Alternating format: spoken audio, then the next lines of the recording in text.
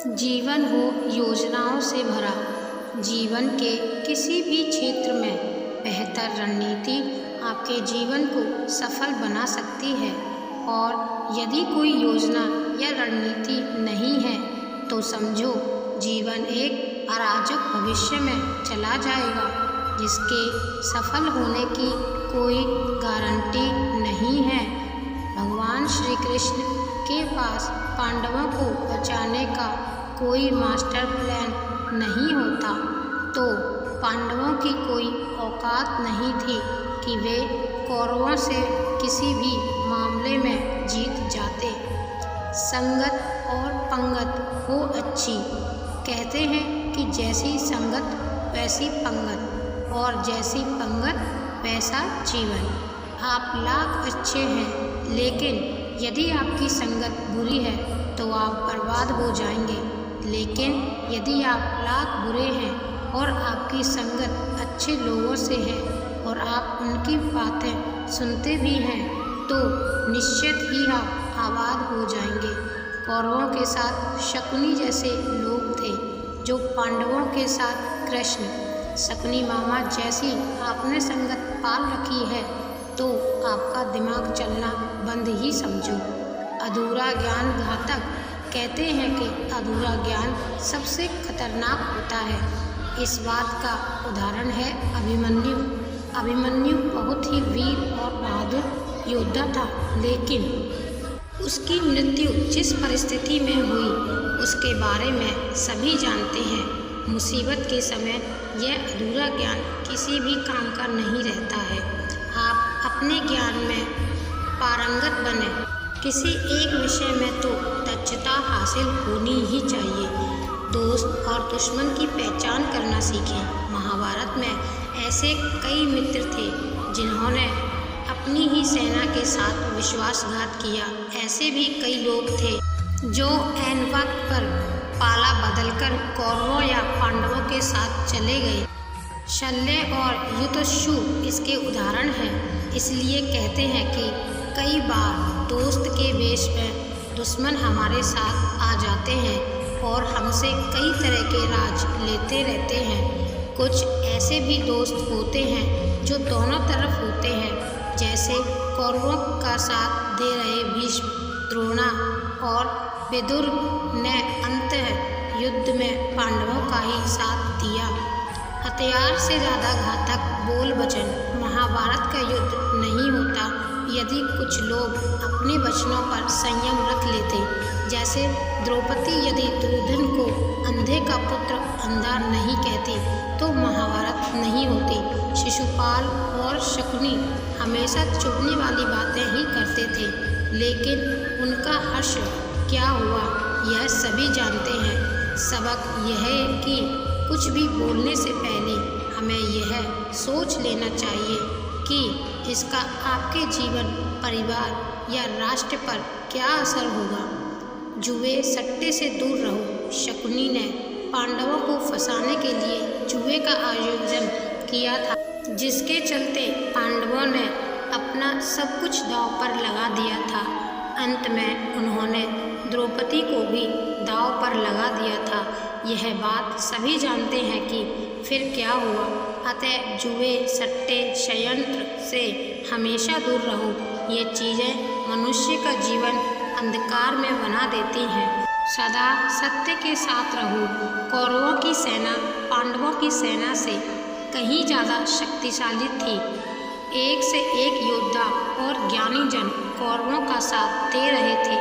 पांडवों की सेना में ऐसे वीर योद्धा नहीं थे।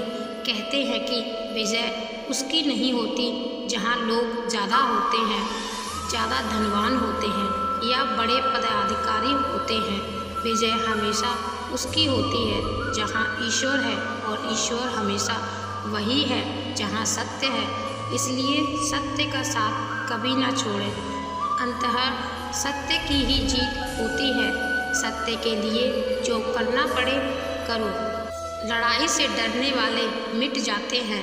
जिंदगी एक उत्सव है, संघर्ष नहीं। लेकिन जीवन में कुछ मोर्चों पर व्यक्ति को लड़ने के लिए हमेशा तैयार रहना चाहिए। जो व्यक्ति लड़ना नहीं जानता युद्ध उसी पर थोपा जाएगा या उसको सबसे पहले मारा जाएगा। महाभारत में पांडवों को यह बात श्री कृष्ण ने अच्छे से दिखाई थी और सिखाई भी थी। पांडव अपने बंधु बांधवों से लड़ना नहीं चाहते थे, लेकिन श्री कृष्ण ने समझाया कि जब किसी मसले का हल शांतिपूर्ण तरीके से नहीं होता तो फिर युद्ध ही एकमात्र विकल्प बच जाता है। कायर लोग युद्ध से पीछे हटते हैं। युद्ध भूमि पर पहुंचने के बाद भी अर्जुन युद्ध नहीं करना चाहता था। तब भगवान श्री कृष्ण ने उससे कहा कि ना कोई मरता है और ना कोई मारता है, सभी निमित्त मात्र हैं। आत्मा अजल है, अमर है, इसलिए मरने या मारने से क्या डरना। खुद नहीं बदलोगे तो समाज तुम्हें बदल देगा। जीवन में हमेशा दानी, उदार और दयालु होने से काम नहीं चलता। महाभारत में जिस तरह से कर्ण की जिंदगी में उतार चढ़ाव आए, उससे यही सीख मिलती है कि इस क्रूर दुनिया में अपना अस्तित्व बनाए रखना इतना मुश्किल होता है। इसीलिए समय के हिसाब से बदलना जरूरी होता है, लेकिन वह बदलाव ही उचित है जिसमें सभी का हित हो। कर्ण ने खुद को बदलकर अपने जीवन के लक्ष्य को हासिल कर लिया, लेकिन वे फिर भी महान नहीं बन सके, क्योंकि उन्होंने अपनी शिक्षा का उपयोग समाज से बदला लेने की भावना से किया। बदले की भावना से किया गया कोई भी कार्य आपके समाज का हित नहीं कर सकता। शिक्षा का सदुपयोग जरूरी। समाज में एक महान योद्धा कर्ण को तिरस्कृत किया था, जो समाज को बहुत कुछ दे सकता था, लेकिन समाज ने उसकी कद्र नहीं की, क्योंकि उसके समाज को मिटाने की भावना थी। कर्ण के लिए शिक्षा का उद्देश्य समाज की सेवा करना नहीं था, अपितु वो अपने सामर्थ्य को आधार बनाकर समाज से अपने अपमान का बदला लेना चाहता था। समाज और कर्ण दोनों को ही अपने अपने द्वारा किए गए अपराध के लिए दंड मिला है और आज भी मिल रहा है। कर्ण यदि यह समझता कि समाज व्यक्तियों का एक जोड़ मात्र है जिसे हम लोगों ने ही बनाया है, तो संभवतः वह समाज को बदलने का प्रयास करता, ना कि समाज के प्रति घृणा करता। अच्छे दोस्तों की कद्र करो। ईमानदार और बिना शर्त समर्थन देने वाले दोस्त भी आपका जीवन बदल सकते हैं। पांडवों के पास भगवान श्री कृष्ण थे और कौरवों के पास महान योद्धा कर्ण थे। इन दोनों ने ही दोनों पक्षों को बिना शर्त अपना पूरा साथ और सहयोग दिया था। यदि कर्ण को छल से नहीं मारा जाता तो कौरवों की जीत तय थी। पांडवों ने हमेशा श्री कृष्ण की बातों को ध्यान से सुना और उस पर अमल भी किया, लेकिन दुर्योधन ने कर्ण को सिर्फ एक योद्धा समझकर उसका पांडवों की सेना के खिलाफ इस्तेमाल किया। यदि दुर्योधन कर्ण की बात मानकर कर्ण को घटोट करने के लिए दबाव नहीं डालता, तो इंद्र द्वारा दिया गया जो अमोघ अस्त्र कर्ण के पास था, उससे वह अर्जुन को मार देते। भावुकता कमजोरी है।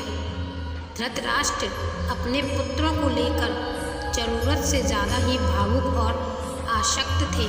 यही कारण रहा कि उनका एक भी पुत्र उनके वश में नहीं रहा। वे पुत्र मोह में भी अंधे थे। इसी तरह महाभारत में हमें ऐसे कुछ पात्र मिलते हैं जो अपनी भावुकता के कारण मूर्ख ही सिद्ध होते हैं। ज़रूरत से ज़्यादा भावुकता कई बार इंसान को कमज़ोर बना देती है और वो सही गलत का फ़र्क नहीं पहचान पाता।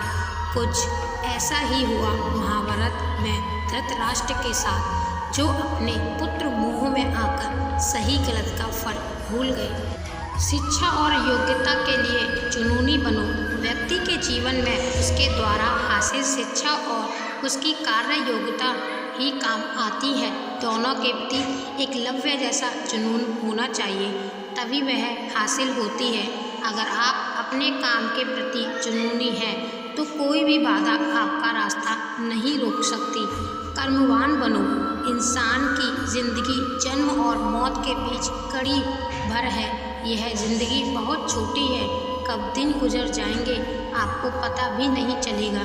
इसलिए प्रत्येक दिन का भरपूर उपयोग करना चाहिए। कुछ ऐसे भी कर्म करना चाहिए जो आपके अगले जीवन की तैयारी के हों। ज़्यादा से ज़्यादा कार्य करो। घर और कार्यालय के अलावा ऐसे भी कार्य करो जिससे आपकी संतानें आपको याद रखें। गीता यही संदेश देती है कि हर पल ऐसा कार्य कर तेरे जीवन को सुंदर बनाए। अहंकार और घमंड होता है पतन का कारण। अपनी अच्छी स्थिति, बैंक बैलेंस, संपदा, सुंदर रूप और द्विता का कभी अहंकार मत कीजिए। समय बड़ा बलवान है। धनी, ज्ञानी, शक्तिशाली पांडवों ने वनवास भोगा और अति सुंदर द्रौपदी भी उनके साथ वनों में भटकती रही। समय के खेल निराले हैं। जिस अम्बा का जीवन भीष्म के कारण बर्बाद हो गया था, उसने शिखंडी के रूप में जन्म लेकर भीष्म से बदला लिया था। महाभारत में ऐसे कई उदाहरण हैं जिनसे यह प्रेरणा मिलती है कि घमंड को पतन का कारण बनने में देर नहीं लगती। कोई भी संपत्ति किसी की भी नहीं है। अत्यधिक लालच इंसान की जिंदगी को नर्क बना देता है। जो आपका नहीं है उसे अनीतिपूर्ण लेने हड़पने का प्रयास ना करें। आज नहीं तो कल उसका दंड अवश्य मिलता है। भगवान श्री कृष्ण कहते हैं कि आज जो तेरा है कल किसी और का था और कल किसी और का हो जाएगा। अतः तो संपत्ति और वस्तुओं से आसक्त पत्र पाल, यह तेरी मृत्यु के बाद यहीं रखे रह जाएंगे। अर्जित करना है तो परिवार का प्रेम और अपनापन अर्जित कर जो हमेशा तेरे साथ रहेगा। ज्ञान का हो सही क्रियान्वयन। शिष्य या पुत्र को ज्ञान देने माता पिता व गुरु का कर्तव्य है, लेकिन सिर्फ ज्ञान से कुछ भी हासिल नहीं होता। बिना विवेक और सद्बुद्धि से ज्ञान अकर्म या विनाश का कारण बनता है। इसलिए ज्ञान के साथ विवेक और अच्छे संस्कार देने भी जरूरी हैं। हमने ऐसे कई व्यक्ति देखे हैं जो तो बड़े ज्ञानी लेकिन व्यक्तित्व से तब्बू या खब्बू है, या किसी जंगल में घूनी रमाकर बैठे। उनके ज्ञान से ना तो परिवार का हित हो रहा है और ना समाज का। ऐसे लोगों को कहते हैं अपने मियाँ मिट्ठू, खुद लिखे और खुद ही बाँचे। दंड का डर जरूरी। न्याय व्यवस्था वही कायम रख सकता है जो दंड को सही रूप से लागू करने की क्षमता रखता हो।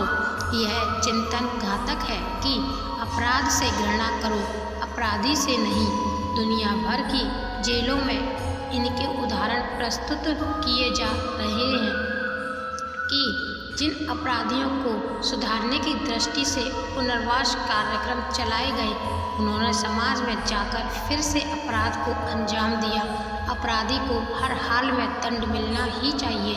यदि उसे दंड नहीं मिलेगा तो समाज में और भी अपराधी पैदा होंगे और फिर इस तरह संपूर्ण समाज ही अपराधियों का समाज बन जाएगा। युधिष्ठिर के अहिंसा में उनके विश्वास को देखते हुए युद्ध के बाद भीष्म को उन्हें उपदेश देना पड़ा कि राजधर्म में हमेशा दंड की ज़रूरत होती है। न्याय की रक्षा जरूरी। न्याय हमेशा उन लोगों के साथ होता है जो शक्तिशाली है या जो न्याय पाने के लिए प्राणपण से उत्सुक है। जिन्होंने अपने लिए न्याय मांगा है उनके साथ ईश्वर ने न्याय किया भी है। मांगोगे नहीं तो मिलेगा भी नहीं, यह प्रकृति का नियम है। द्रोणाचार्य ने कर्ण और एकलव्य के साथ जरूर अन्याय किया था, लेकिन आज दुनिया अर्जुन को सर्वश्रेष्ठ धनुर्धर नहीं मानती, क्योंकि कर्ण और एकलव्य ने हमेशा न्याय की मांग की और अंततः वे मैं आज दुनिया उन्हें सर्वश्रेष्ठ धनुर्धर मानती है। महाभारत हमें सिखाती है कि न्याय की रक्षा करना कितना ज़रूरी है, लेकिन यह भी एक कटु सत्य है कि न्याय सिर्फ शक्तिशाली लोगों के साथ ही है। छुपे हुए को जानने का ज्ञान जरूरी। यह जगत या व्यक्ति जैसा है वैसा कभी दिखाई नहीं देता, अर्थात लोग जैसे दिखते हैं वैसे होते नहीं, चाहे वह कोई भी हो। महाभारत का हर पात्र ऐसा ही है, रहस्यमयी। छिपे हुए को जानना ही व्यक्ति का लक्ष्य होना चाहिए, क्योंकि ज्ञान ही व्यक्ति को बचाता है। भगवान श्री कृष्ण के ऐसे कई योद्धा थे जो छिपे हुए सत्य को जानते थे। सफ़र करने में होती है बरकत। एक स्थान से दूसरे स्थान पर जाना या एक स्थान को छोड़कर दूसरे स्थान पर रहने से लाभ ही मिलता है। पांडवों को हस्तिनापुर छोड़कर 2 बार जंगल में जाना पड़ा और अंततः में उनको जब खांडवप्रस्थ मिला तो वे वहाँ चले गए। इसी तरह भगवान श्री कृष्ण को भी कई बार मथुरा छोड़कर जाना पड़ा और अंततः वे द्वारका में बस गए थे। कई बार लोगों को व्यापार या नौकरी के लिए दूसरे शहर या देश जाना होता है। गोपनीयता और संयम जरूरी। जीवन हो या युद्ध, सभी जगह गोपनीयता का महत्व है। यदि आप भावना में बहकर किसी को अपने जीवन के राज बताते हैं या किसी व्यक्ति या समाज विशेष पर क्रोध या कटाक्ष करते हैं तो आप कमज़ोर माने जाएंगे। महाभारत में ऐसे कई मौके आए जबकि नायकों ने अपने राज ऐसे व्यक्ति के समक्ष खोल दिए जो राज जानने की आया था, जिसके चलते ऐसे लोगों को मुंह की खानी पड़ी। दुर्योधन, भीष्म, बर्बरिक ऐसे उदाहरण हैं जिन्होंने अपनी कमजोरी और शक्ति का राज खोल दिया था। चिंता, भय और अशांति है मृत्यु का द्वार। किसी भी प्रकार की चिंता करना, मन को अशांत रखना और व्यर्थ के भय को पालते रहने से मृत्यु आसपास ही मंडराती है। मौत तो सभी को आनी है, फिर चिंता किस बात की? कोई पहले मरेगा या कोई बाद में। चिंता का मुख्य कारण मोह है। जेल खाना, दवा खाना या पागल खाना। वह व्यक्ति जाता है जिसने धर्म सम्मत या संयमित जीवन नहीं जिया, बहुत महत्वाकांक्षी है, या जिसने धन और शक्ति के आधार पर रिश्ते बना रखे हैं, या जिसे अपनी संपत्ति की सुरक्षा की चिंता है। महाभारत को पढ़ने से हमें यही शिक्षा मिलती है कि चिंता मुक्त जीवन सबसे बड़ी दौलत है। इंद्रिय संयम जरूरी।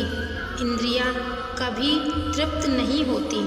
जो इंद्रियों के वश में है उसका पतन निश्चित है। बहुत से लोग आजकल किसी न किसी प्रकार की आदत या नशे के गुलाम हैं। ऐसे लोगों को धीरे धीरे क्षरण होता जाता है। इंद्रिय संयम आता है संकल्प से। महाभारत का हर पात्र संकल्प से बंधा हुआ है। शक्ति का संचय इंद्रियों को वश में करने से ही संभव हो पाता है। या योद्धा को नहीं करना चाहिए परिणाम की चिंता। कहते हैं कि जो राजा या योद्धा युद्ध के परिणाम की चिंता करता है वह अपने जीवन और राज्य को खतरे में डाल देता है। परिणाम की चिंता करने वाला कभी भी साहसपूर्वक ना तो निर्णय ले पाता है और ना ही युद्ध कर पाता है। जीवन के किसी मोड़ पर हमारे निर्णय की हमारा भविष्य तय करते हैं। एक बार निर्णय ले लेने के बाद फिर बदलने का अर्थ यह है कि आपने अच्छे से सोचकर निर्णय नहीं लिया या आप में निर्णय लेने की क्षमता नहीं है।